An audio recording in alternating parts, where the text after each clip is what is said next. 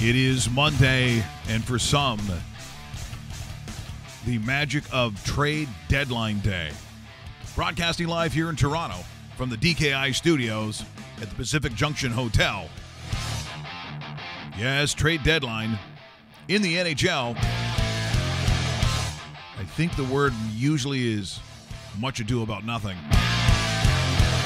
For years, you set this all up. We start, obviously, I've always done the morning show, so very early, Dave and I would get ready, we'd prepare, we'd have all our friends in. Sometimes you'd have like Darren Dreger and Pierre Maguire if he was available, Pierre LeBrun, Bob McKenzie, you name it, Dave Poulin, they'd all come in and all said about trades that will probably not happen. I don't think a lot of GMs necessarily will lay out their entire resume on what they do on this. Well, it seems like, Dave, to me, this day was created sort of like how Hallmark made up Valentine's Day.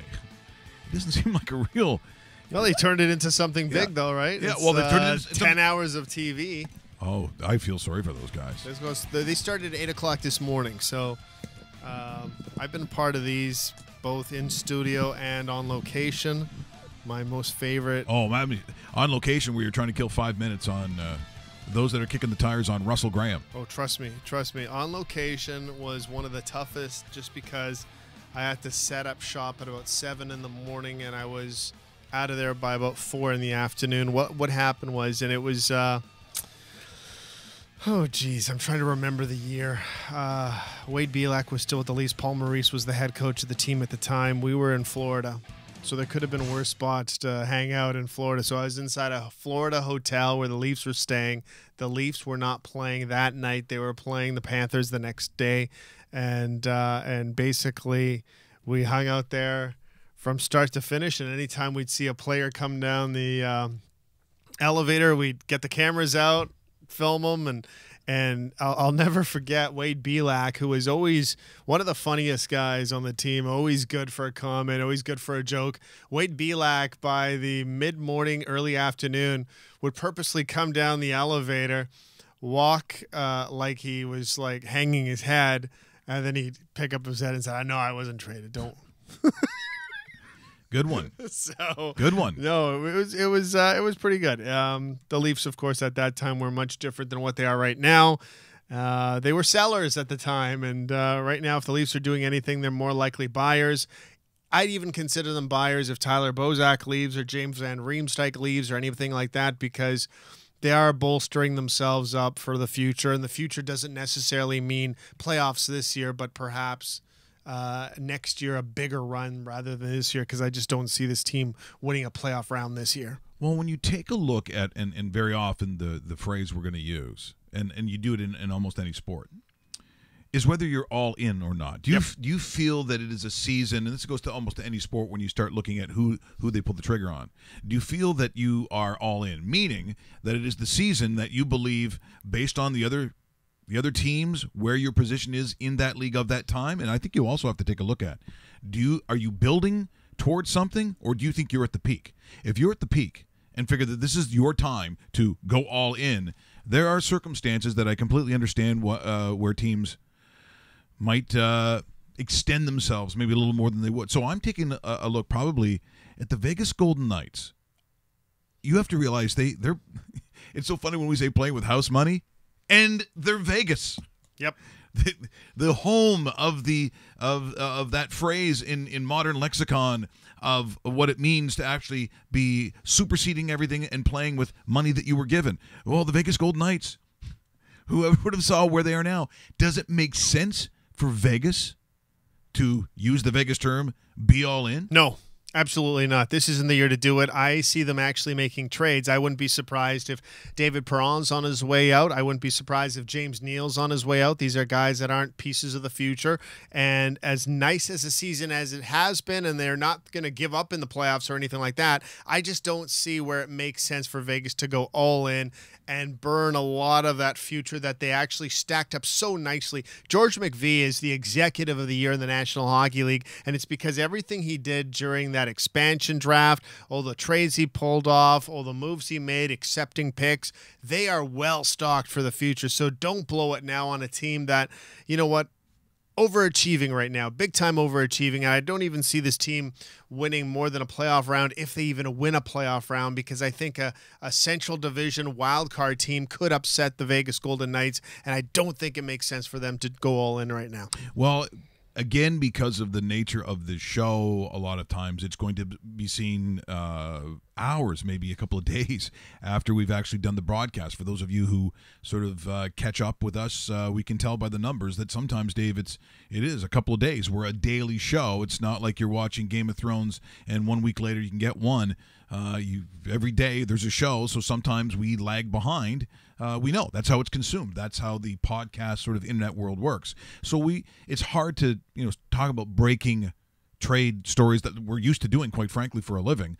But we will sort of take a look, I think, at possibilities, I would say. So maybe when you're listening to it, maybe we were right, maybe we were wrong. Yep. But there are certain players, including, I believe Dave was going to start with Ian Cole, that he might be one of the guys he expected that would be moved.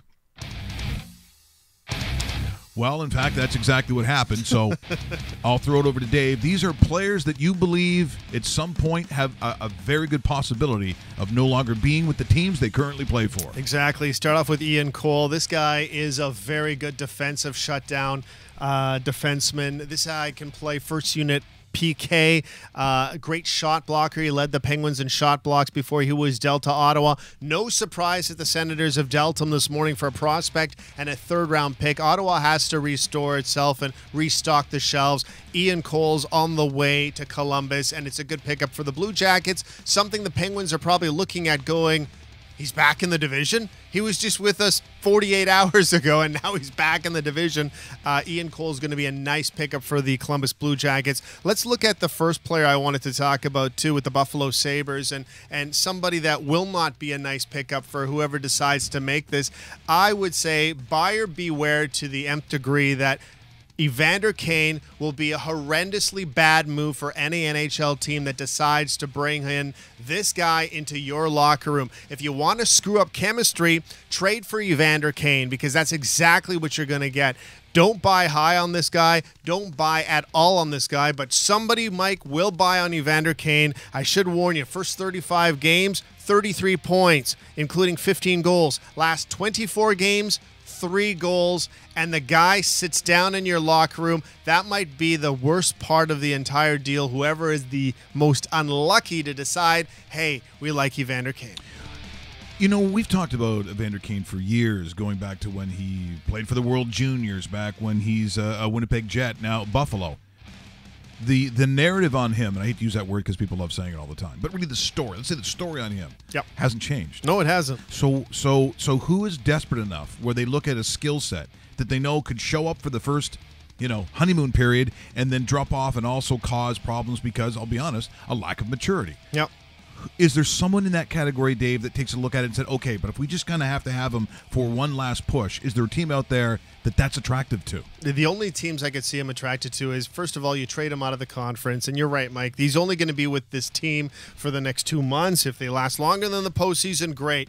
I see destinations of Anaheim, Los Angeles, San Jose. I'm betting on the state of California that if Evander Kane is dealt, that is the destination for Evander Kane. A lot of people were pointing fingers that the Jets are looking for a big, strong winger that has scored before, knows Winnipeg. The Jets would make the worst mistake in franchise history reacquiring this guy, and I would bet my entire life savings that the Jets do not pick up Evander Kane because they know exactly what this guy brings to the dressing room environment.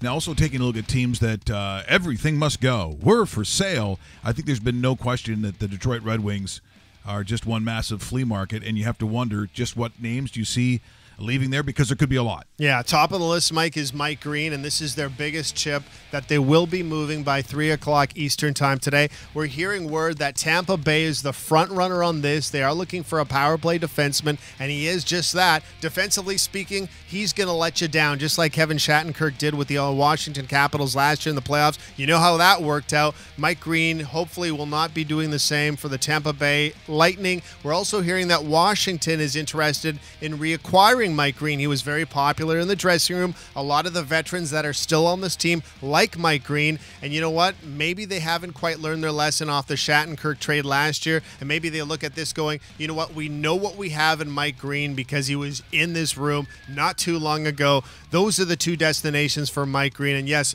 Detroit will be selling by 3 o'clock today, guaranteed on Mike Green because he is unrestricted on July the 1st.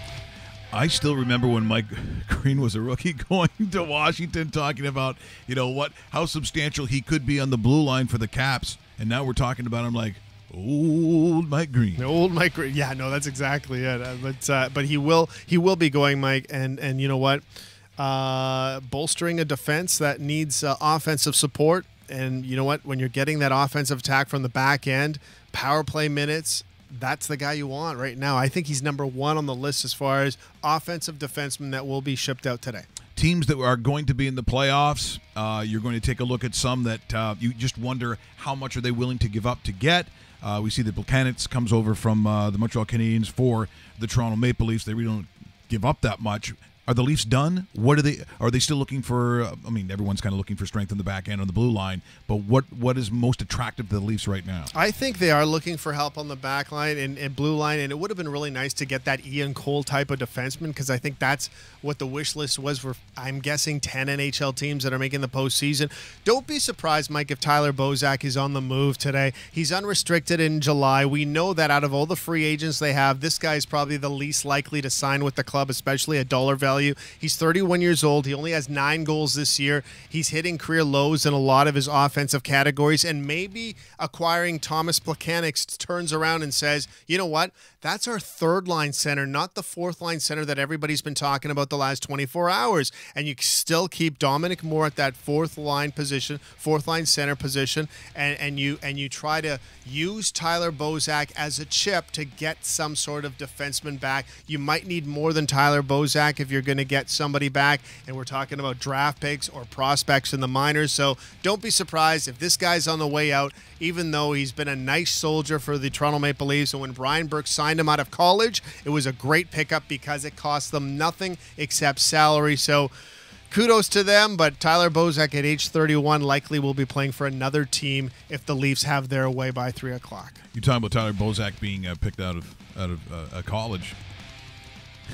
Seemed like he got picked out of like elementary school. That's a pretty young guy there that, as you just mentioned, he can't complain about the time that he spent with the Toronto Maple Leafs. I think that has been almost. I think if you're in his camp, it's been a bit of a gift if you ask me. Now, those that are looking at substantial moves, the Columbus Blue Jackets. So there's another team that every single year we talk about it. Trade deadline. Are they going to be active? People leaving, people going, who stays, who goes in Columbus? Well, we know that because they picked up Ian Cole today, this could really open the gate for a Jack Johnson to leave. We know he's requested a trade months ago. This guy doesn't want anything to do with John Tortorella or the organization. 31 years old. His minutes have declined big time. The faith and confidence the organization has on him has diminished completely. I see Jack Johnson as a trade bait for the Columbus Blue Jackets, and by picking up Cole within the last hour, this almost opens the gate even more to say, okay, we'll parlay Jack Johnson into something else. So don't be surprised if the Blue Jackets let go of a guy that they've had in the organization and a former captain of the Jackets in Jack Johnson. Jack Johnson's been a strange story in that, we know some of the difficulties he's had sort of publicly, wasn't it, with his parents and the money and that especially kind of stuff. Especially his father, yes. It just, I don't know, to me, he looks like a guy that should have had such tremendous upside. Yep. And it never quite happened. Of other big names now, do we want to go to and talk about Karlsson? Because Karlsson is one of those names that people assume. But I don't think if you're Ottawa Why do I need to move him now? Yeah. Because you don't know, because you're going to be probably looking at those bingo balls that go around hoping that you maybe get, the magic of a top draft pick. If not, are you not keeping him back to see who does? Because quite honestly, if you're giving up Carlson, aren't you going to be looking for literally the top draft pick in any given year, especially if it's the player they think it's going to be in the NHL? Dahlin. Why give him up on a day like today? Is it necessary that you have to make that move today? I'm not so sure it is. I'm not sure it is either, but I see if Ottawa does decide to pull the trigger on Erik Karlsson, and we have heard rumors that Nashville very interested, Tampa Bay very interested, other teams like that. This guy is an all-world defenseman. He might be the best defenseman in the league when healthy, but Ottawa's looking at it perhaps as incentive, as its biggest value might happen now, because if you have Erik Karlsson, you have him for 2 playoff runs. You have him for this one, and you have him for next year. Don't forget, Erik Karlsson is under contract next season. It's not like the Ottawa Senators are forced to do something within the next 2 or 3 months leading to July. They have him for 1 more year, but they have a chance to renegotiate with him on July the 1st. However, does Erik Karlsson want to be a member of the Ottawa Senators long term? That's the big question that has to be answered. And hopefully, if you're in the Senators management position, you've had this conversation with the agent countless times, especially in the last 2 weeks, because this Ottawa Senators team is a lottery team at best, and they will be drafting in those positions probably for the next couple of years.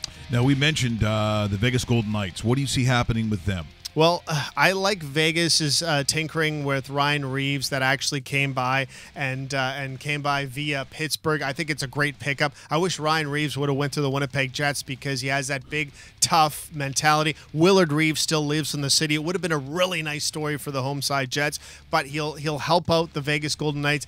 However, I see this, and a lot of people are laughing at this, I see the possibility of James Neal being dealt today. And the reason I say this is 31 years old. He's going to ask for massive term at the end of this year. He's unrestricted on July the 1st. And I don't think if you're a Vegas Golden Knight team and you're building for that future, you can't lock up a guy that's slightly injury prone at age 31 on a 7 to 8 year contract, because it's going to be dead money after the first 4 years. Parlay James Neal out right now, and the return will be massive. You saw what the Boston Bruins did with Rick Nash and what they had to give up for Rick Nash.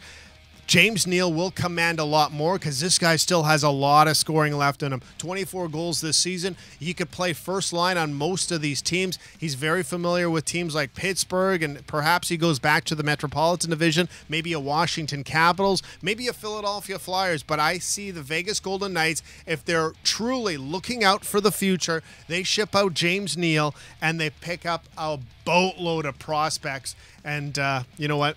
They haven't given up on the season, but it makes more sense for them in the future. You're watching RawMikeRichards.com on the dedicated YouTube channel. Make sure you subscribe down here so you don't miss one episode.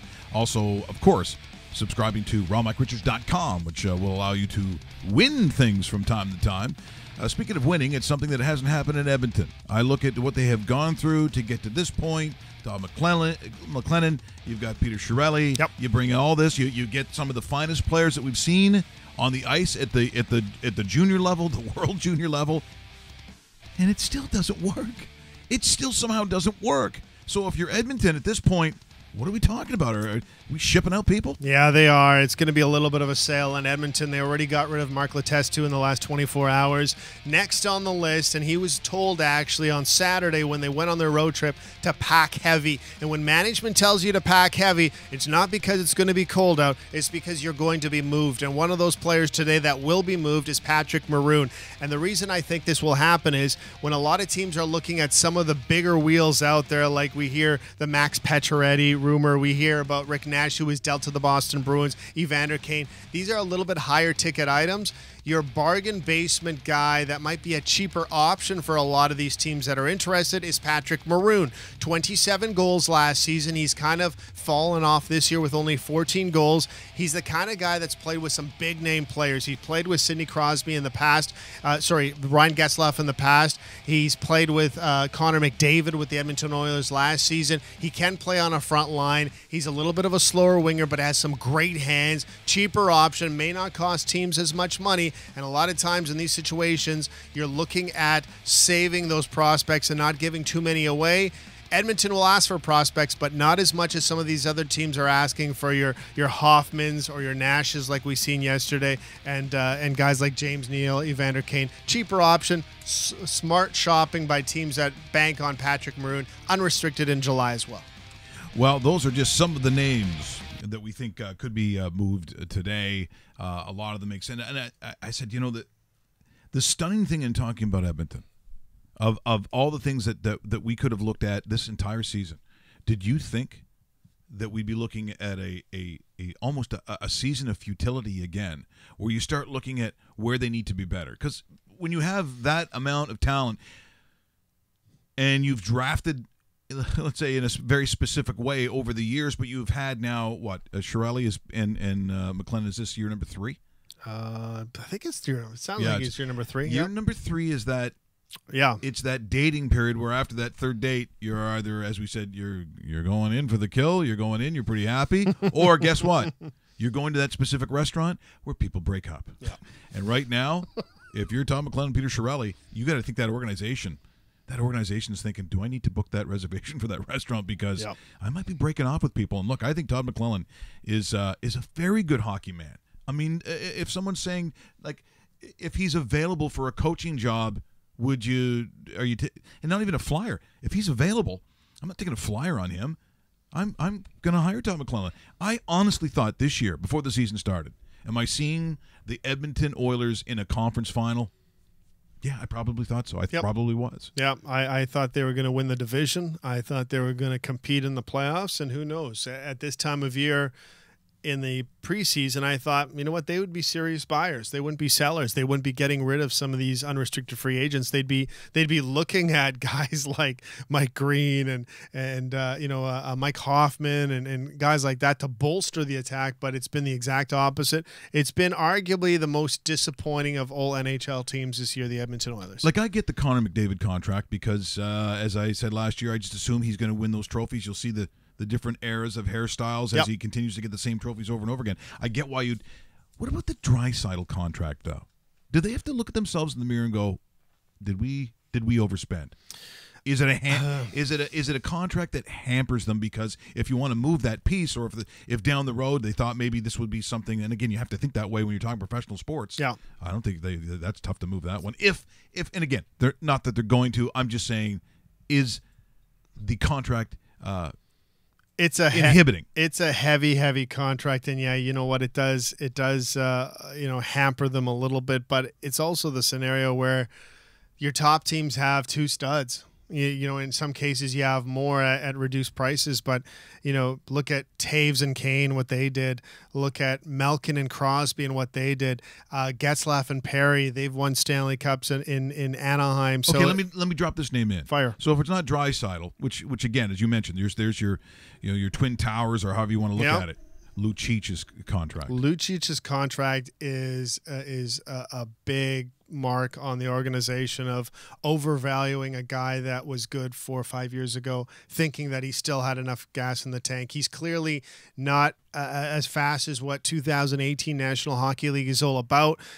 He doesn't have that same sort of Boston Bruin, Milan Lucic that everybody used to be scared of. Well, I think he was one of those guys that, when you have guys like Connor McDavid, you figure there's going to be a little muscle out there as well. He was brought in to be, one of those guys who's going to intimidate on the other side, and I don't even think that exists right now. I don't think that's there anymore. I don't think so either, because ever since he left the Boston Bruins, and maybe the Bruins are smart about it. It was one of those wear and tear things where you looked at the guy. He was in Boston for a lot of seasons.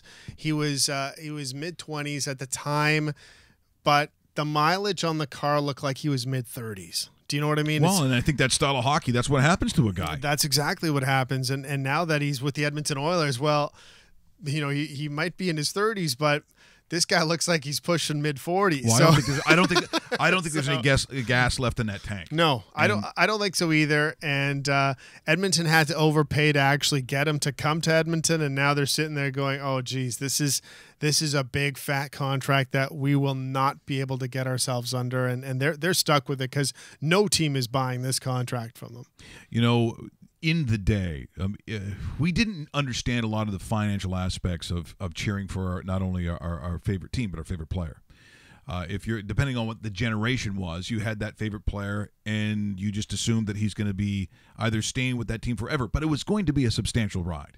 It was going to be, a 5-10 year kind of feeling. At least I'm saying back in going into this. I think once you got into the 80s, Dave, that's kind of when faces started to change. I mean, that's why the Steve Yzermans of the world being with the franchises, for life. That literally is almost impossible now, unless you end up being one of those, 5-star blue chip guys. If you're a generational player, if you're Austin Matthews or Connor McDavid, the odds of them, because of the money they're spending, it is going to be that long, because you really have to pay that kind of money, and the term is going to be that long. But for the most part, faces change, and I'm always surprised at just how much younger kids know about their favorite players. But it also comes at a cost.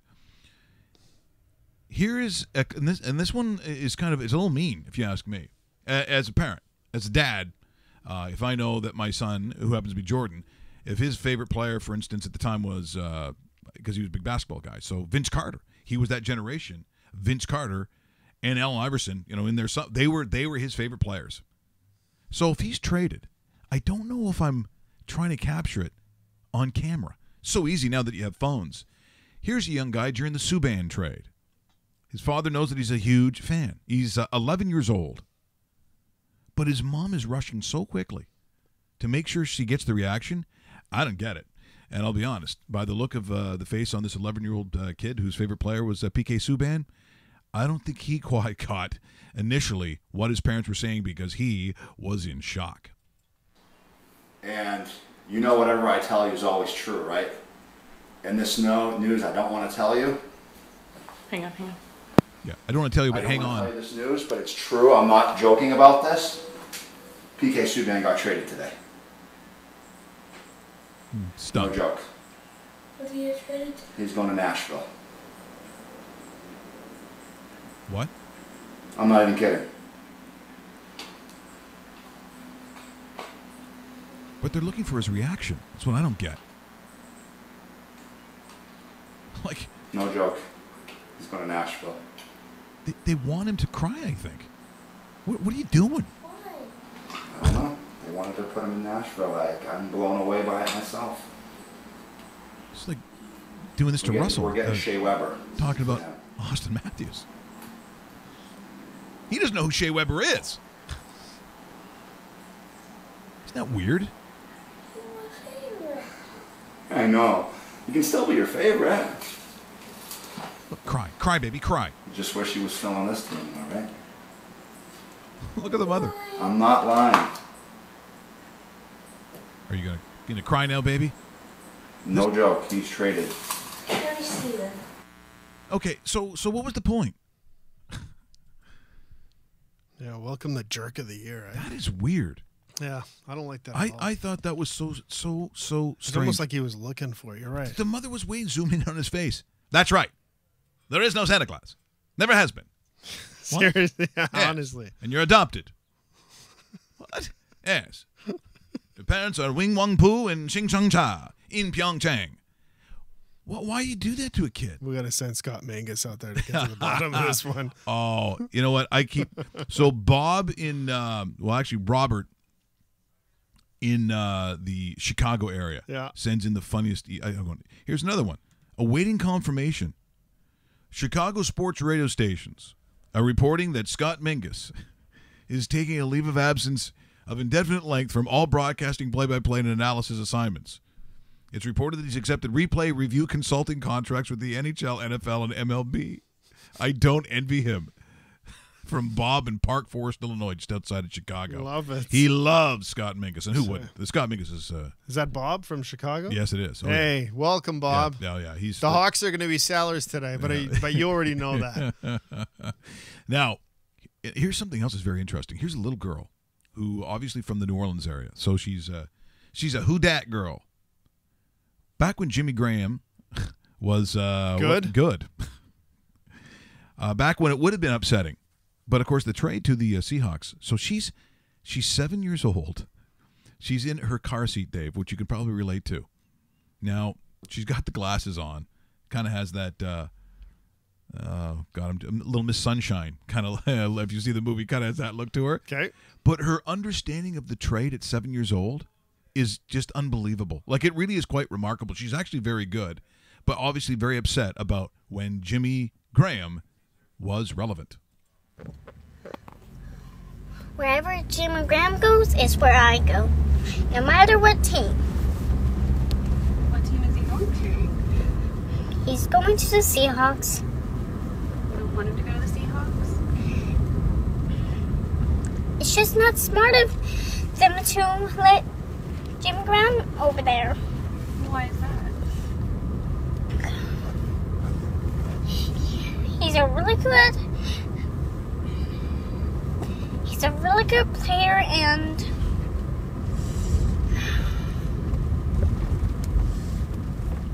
She's emotional, right? She's breaking up. She's crying. he's a really good player, and I like him, and I want him to stay in the Saints, and She's amazing. Heartbreaking, but amazing. What would you tell Jimmy Graham right now if you could? that he shouldn't go to Seattle. You see, isn't that incredible? Incredible recall. I mean, when's the last time you saw emotion like that is that pure because it comes from a child? Yeah. Now, I have to ask you right now, Russell, if the Leafs today announce that they have traded Austin Matthews, We got to videotape him. what would you say to that camera? If it was for anyone other than Connor McDavid, I might start breaking down too. Well, you're in luck. This trade just in. That's what people want to see, right? How many years like this just coming across right now as we speak? Yes, it's Walter Cronkite saying Connor McDavid's been traded to the Toronto Maple Leafs for Austin Matthews. People are like, what? Why? What does that do? Okay, in your little Russell Maple Leaf world, would you make that trade if that was on the table? Yeah, I think you kind of have to. For those two? One for Oh, one. damn it. Yeah. Shirley, Yeah. what are you doing? Well, we've got to do something. It's terrible. Let's get rid of Connor McDavid. Oh, man. Man, if the Leafs had him, woo-wee. Well, I am going to be very curious to see exactly what Ottawa does, because when it comes to Karlsson, there are certain teams that would mean almost death to everybody else should he land there. Mm-hmm. So in the world you got to give up to get something. I mean, for instance, so Max Pacioretty, don't you think that asking price is going to be just it's going to be too high? Whatever it is, I don't know if it'd be worth it. It'd be massive, and a team would have to be massively all in with the potential of breaking it down within the next 2 or 3 years afterwards. Is he a franchise changer? If I'm going to do that, then I have to get someone who literally is going to change my franchise. Is Max Pacioretty that? No. No, I don't think he is. Max Pacioretty is I not. don't think he is. That asking price is going to be too much for, I think, what they believe him to be. But sometimes there are players who are better in that market with that team than they are should they be a single piece that goes to another team. I think he's that guy. Yeah. As far as Karlsson is concerned? Now, Carlson's different. Like, Yeah, I was gonna say. because if Karlsson, no, I'm talking about Pacioretty. Okay. So, but if you're Karlsson and somehow he ends up going to, well, in the fantasy world, if you're a Lightning fan, Mm-hmm. he goes to Tampa Bay. He goes to Tampa Bay. The world just, it's sort of like you start looking at the, what LeBron has done to have these super teams. Then they become that kind of LeBron team, I believe. If Erik Karlsson goes to the Tampa Bay Lightning today by 3:00 and there's been minimal damage done to that roster, the Tampa Bay Lightning have won the Stanley Cup. Yeah, it's but is that even is it just a pipe dream? Is there even a possibility? Because again, of what you'd have to get up to get Erik Karlsson if you're Tampa Bay, who believes, and rightfully so, as they said at the top of the Eastern Conference, that they've got a team that's going to go to a Stanley Cup final. But what are you giving up if you're them? Yeah, I don't know. like a pipeline of prospects. Like you're looking at, based on what the Bruins had to give up for an aging Rick Nash, who isn't the Rick Nash of 6-7 years ago. I would say that, player from the roster, yes. 2 to 3 blue chip star prospects. We're talking about players that will be with the club, like perhaps Western Hockey League scoring leaders, OHL scoring leaders that they have on the farm. I don't know what the Lightning have on the farm right now. And then after that, you're looking at multiple draft picks. I would say that if the Ottawa Senators ship Karlsson out and don't receive at least 6 pieces, 5 to 6 pieces, then that's a surefire no trade for them. Well, it will be an interesting day. Never as busy as you think, because once again, if I'm Ottawa, I'm not doing anything.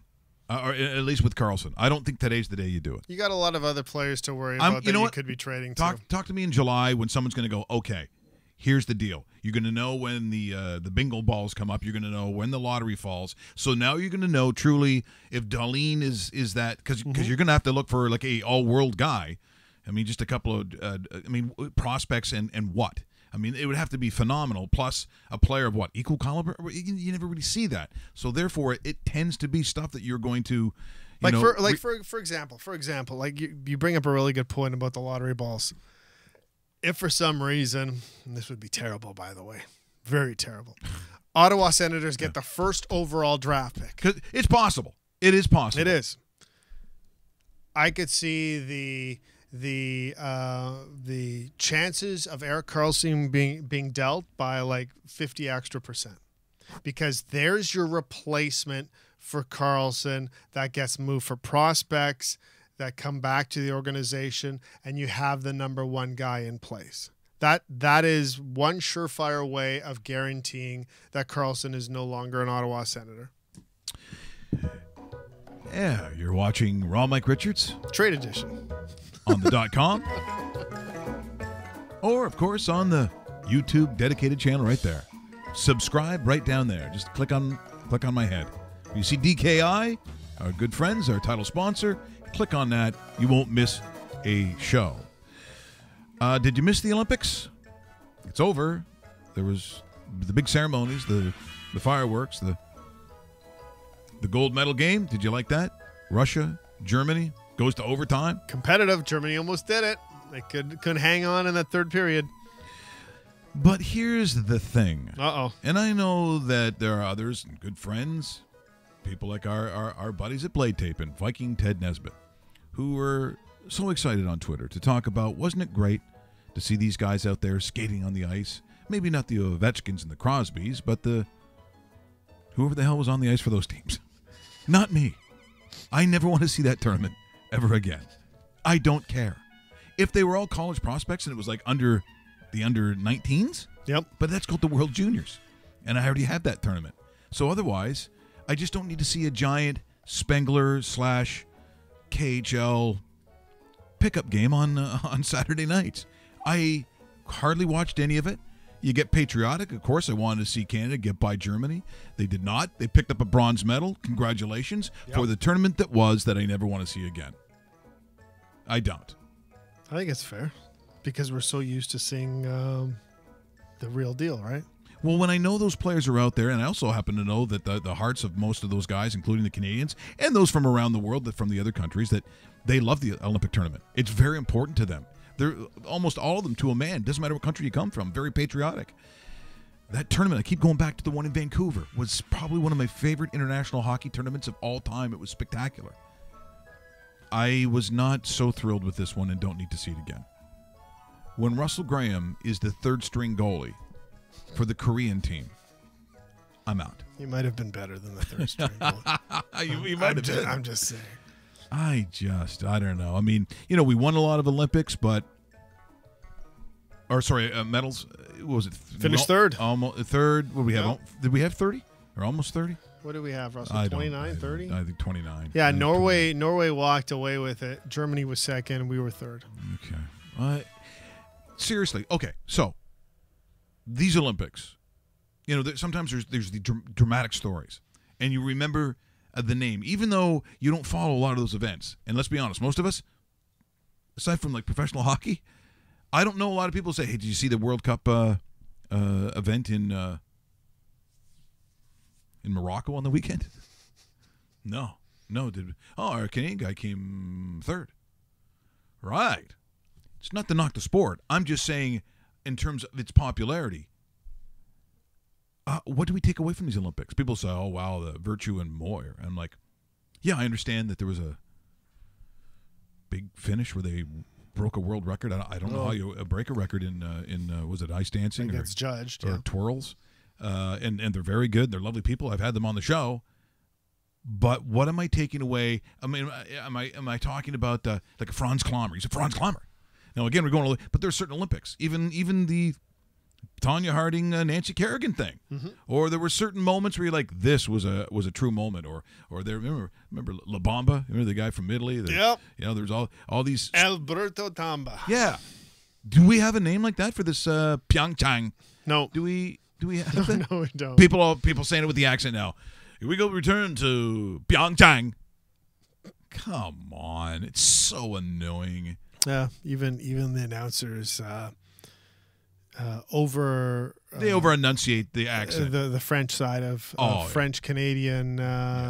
Charles Amblin. Yeah, we know what he was called. Yeah. We're not going to get into that. Yeah, whatever. Do you like the short track speed skating? To me, it looks like a mess. It's okay. You know what I actually liked that I've seen last Olympic, but it's relatively new. The ski cross. Ski cross is cool. I agree 100% on that. That's awesome. I was glued to my TV when the finals and the two Canadians, the women finished first and second. But you know what? I'm good for another 4 years, Mike, and I'll watch it again in 4 years. But that was a nice surprise to me. I liked it. Is it in a good place in 4 years? I think it's that side of the world, right?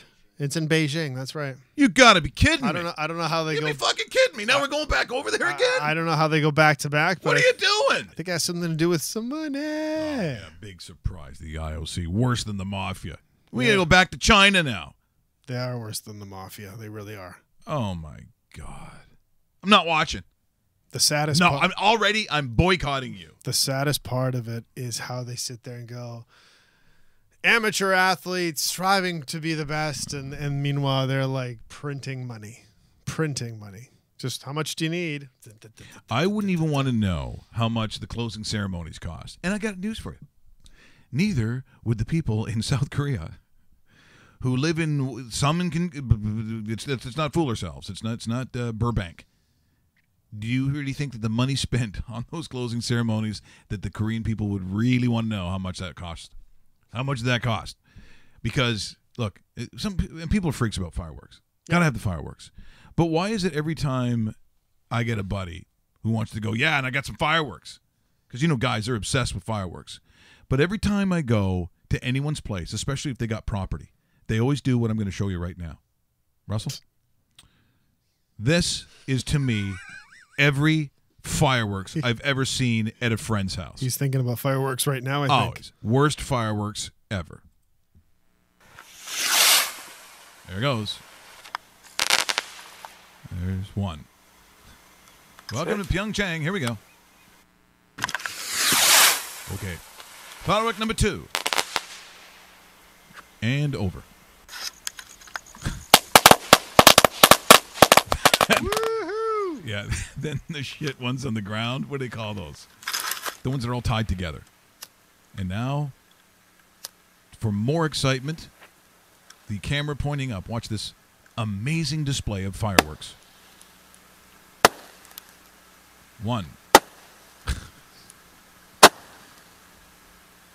See, this is generally when I'm really slurring my words. I'm not. Are you a fireworks person? Look. Do I like fire and explosions? I'm a guy. I'm very interested in all that stuff. I've seen so many fireworks displays that, obviously if I see something like that, it's a no-go. But I want things blowing up in the sky for multiple minutes. It's like when you go to it's not Disney World. What's the adult one there? That you see Epcot Center. Yes. Every night they have this thing. The sky is lit up and they match it to the music. I know yes. A lot of you've been there beforehand. It's unbelievable.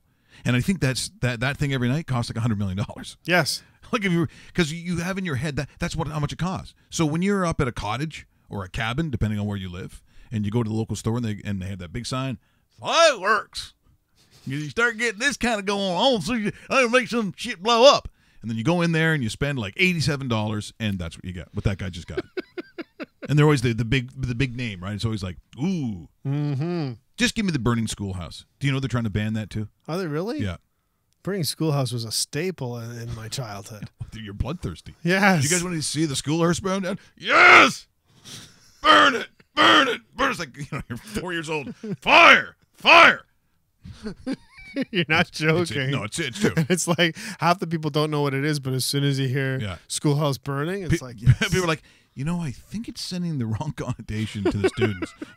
You're 7 years old. Make it burn! It's like, all right, Russell. Time for bed. No popcorn for you.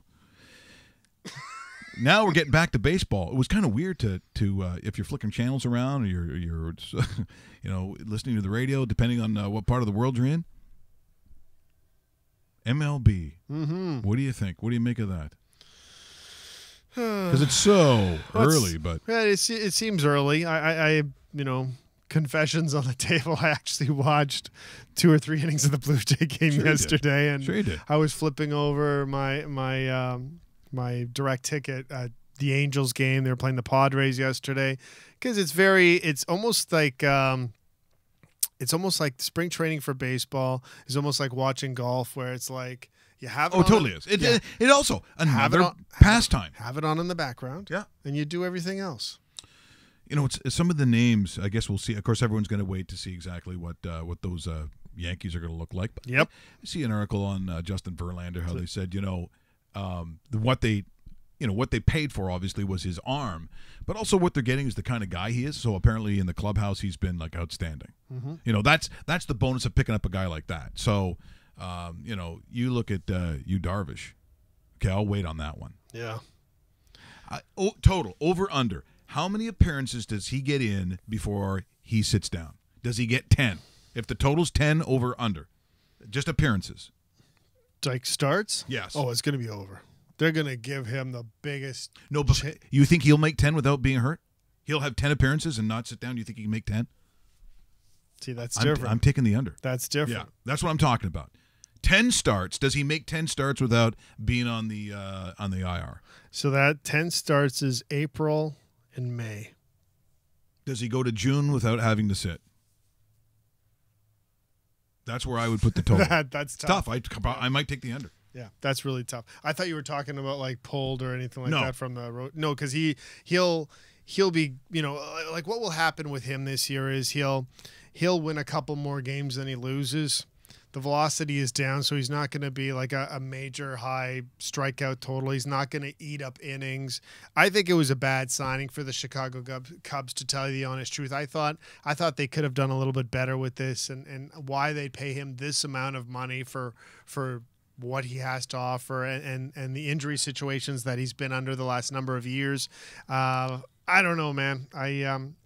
Whatever. The Cubs love to print money too, and they certainly did with that contract.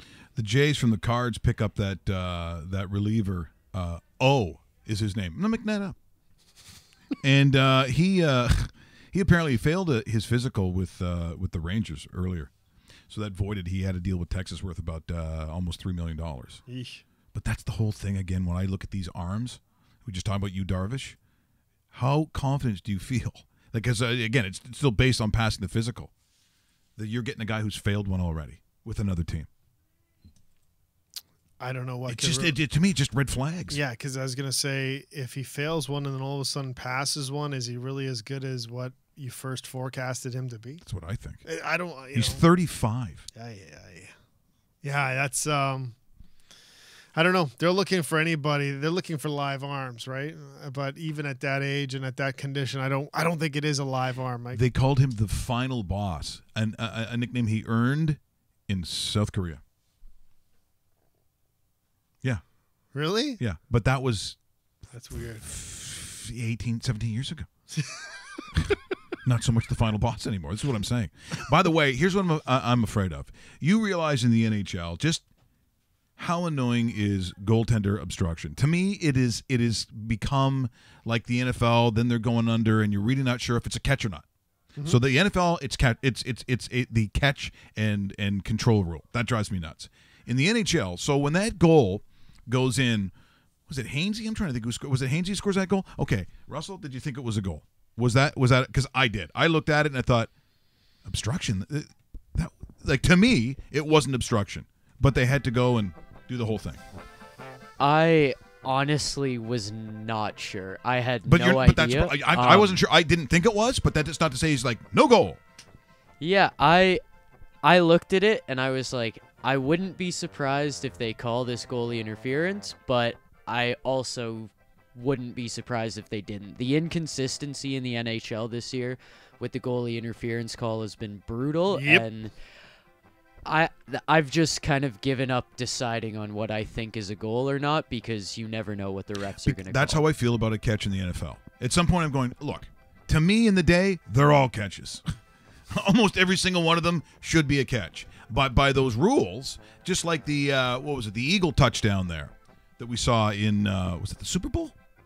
I'm trying to think. Where they said he went from a pass catcher and turned himself into a runner. Yes, exactly. That was Zach Ertz. Yeah. Yeah. I'm like, what? What is he? Megatron? Did he morphed into something different? Like it's just getting so like. Do I think it was a touchdown in my world? Yeah, of course I do. Of course it was. But in the weirdo, does he have control? Was the ball rolling? Did he complete the play kind of stuff? I think this year in Major League Baseball, I hope I'm wrong on this one, I'm getting the feeling that obstruction rule, not only at second base, but home plate is going to end up being one of those. I hope I'm wrong on this, Dave. The home plate one is going to be a lot worse than anything else, just because of the, depending on how it's called, a run scores or a run doesn't. That's why you're going to be sitting there, and you know what? I hate to say this, but I think it's going to follow suit with what we've seen in the NHL and the NFL, and now Major League Baseball decides to have their own little screw up as far as a rule that is so black and white and judged differently among other people's eyes watching it, where it's like, because you thought it was no goal. Just going back, you thought it was no goal. No, I thought it was a goal. The Boston goal? You thought it was a goal. I thought it was a goal. He wasn't sure. I thought it was going to be no goal. I'm just saying, that's three of us in the room that watch hockey. To my understanding, again, this is with my brotherhood, my union goalie card. Going, if you have hampered my ability somehow as I'm moving, coming over, whatever it happens to be, actually hindered the ability for me to make the save, that would be goaltender interference. But if a stick comes by at one point, now I skate over and the shot comes, it goes in. Because goalies used to do that. Hey, yeah, he was doing stuff. That guy right there, that guy there, with the helmet. Sorry, yeah, okay. Well, the guy with the stick. Yeah, well, okay. I once, and this was in Coburg. They were a little frustrated, and I guess I made one too many saves. And this one guy just took his, like we saw, Joe, a full two-hander, and he's on the side of me. Oh, no. And it's up to the point, and all of a sudden I feel this croon, like right over the head. Whoa. Full two-hander. Wow. That's And I got a little goofy when it hit the puck, because the stick just dropped out of my hand on the blocker side, and when the puck came, I reached out and turned my blocker hand over and caught it. No, I did, but I was a little but I just had to get something out there. Yeah. And of course, then piles of guys on top of me with my defenseman taking the butt end of his stick into that guy's neck and going, ooh, ooh, ooh.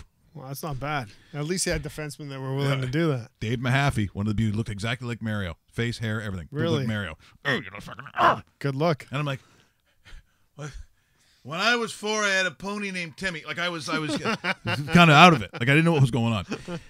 Obstruction. Here's a high school game in the States. And by the way, are you going to hear like a mother with talking over the video recording? Great, yeah. Because I'm sorry, but all moms do sound like this. Moms always have that voice, and it cuts through. This is, again, obstruction. Or so we believe it's going to be, but there's some confusion with a home plate umpire. And this is why when we talk about the professional leagues, Dave, when rules change, that's kind of, it starts at one place and then generally filters through. But what about at the grassroots level when you start changing a catch rule in football? Because it's got to start way down in Pop Warner when you're playing high school football, junior high, whatever it happens to be. It's got to work. It's so guys get used to the fact when they come up through the ranks that they understand what the rule is. This is why it takes so long. This is the high school level. And for obstruction, what do you think? Obstruction, yes or no? Team in red down by 1 at this point.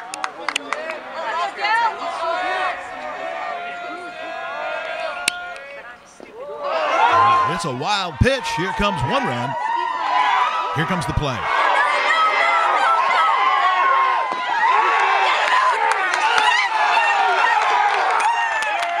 And so he calls him out. That was the call at the plate.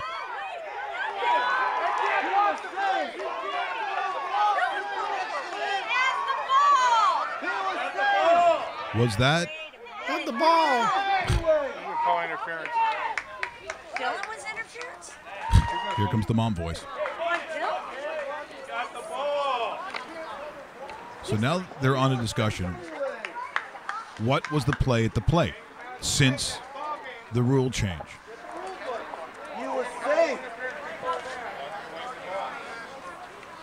Again, high school level. Talking it over. Seriously? Excuse me. Here comes. Safe, and the run scores. Tied? She doesn't know what's going on. That's not fair. Returning your call. That is so not fair. Oh, okay, I changed my mind. Not fair. Oh my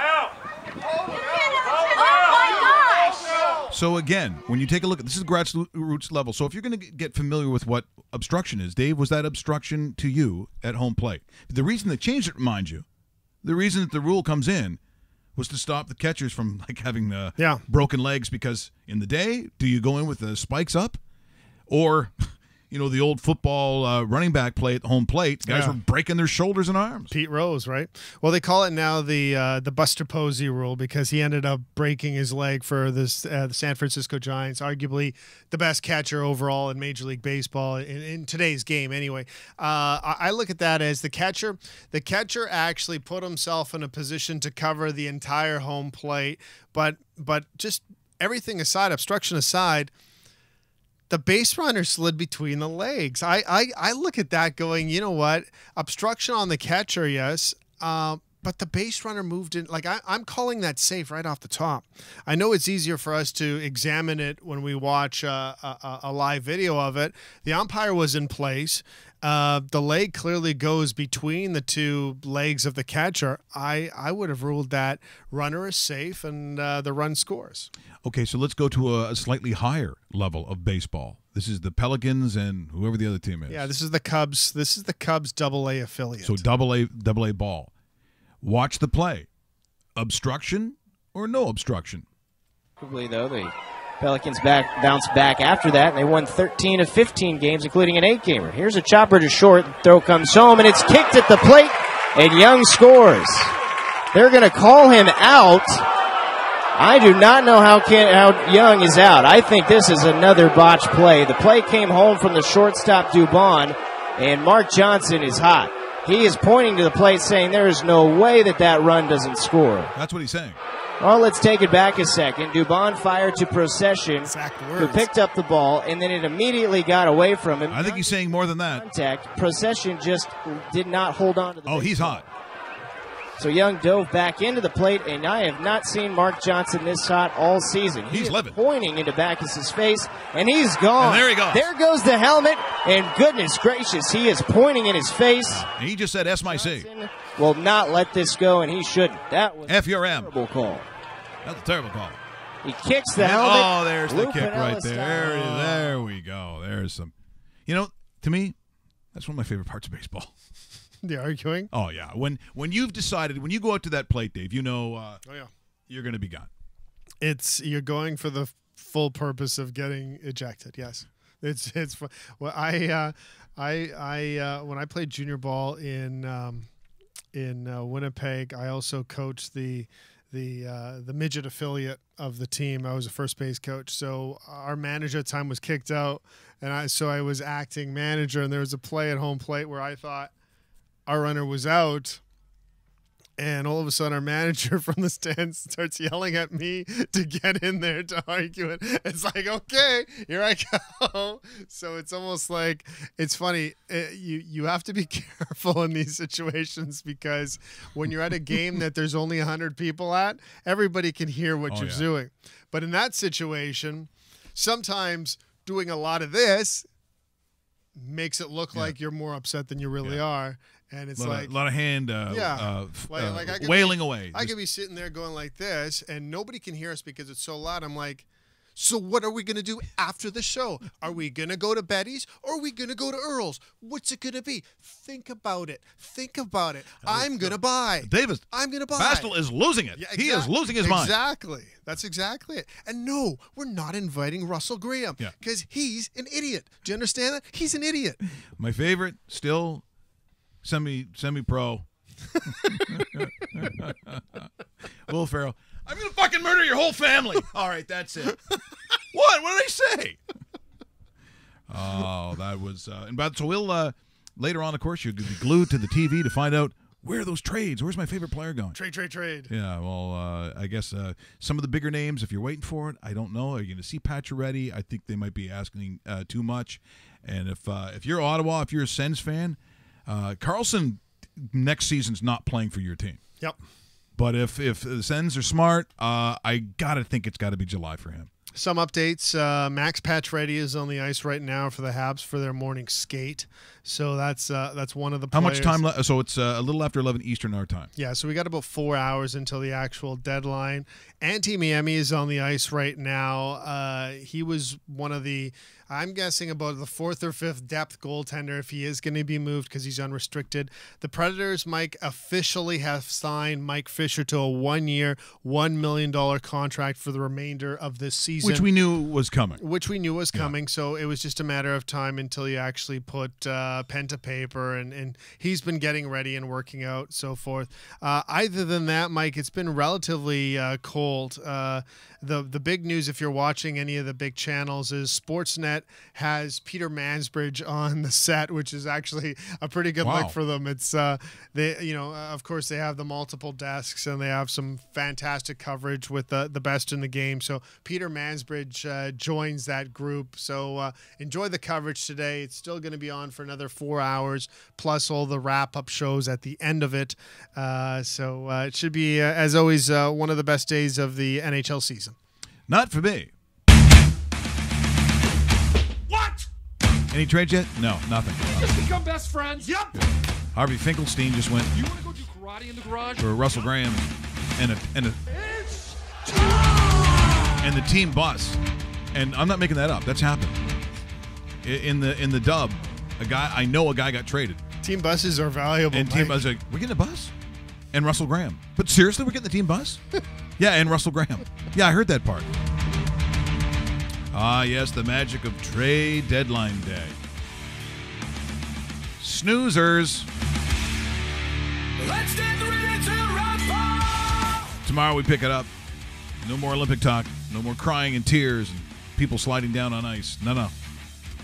And baseball big. We're going to have Warren Saku in the next, couple of weeks? Couple weeks, yeah. It should be early March. We're looking at the week of the 5th. Week of the 5th. Join us tomorrow. Remember, subscribe. See you tomorrow.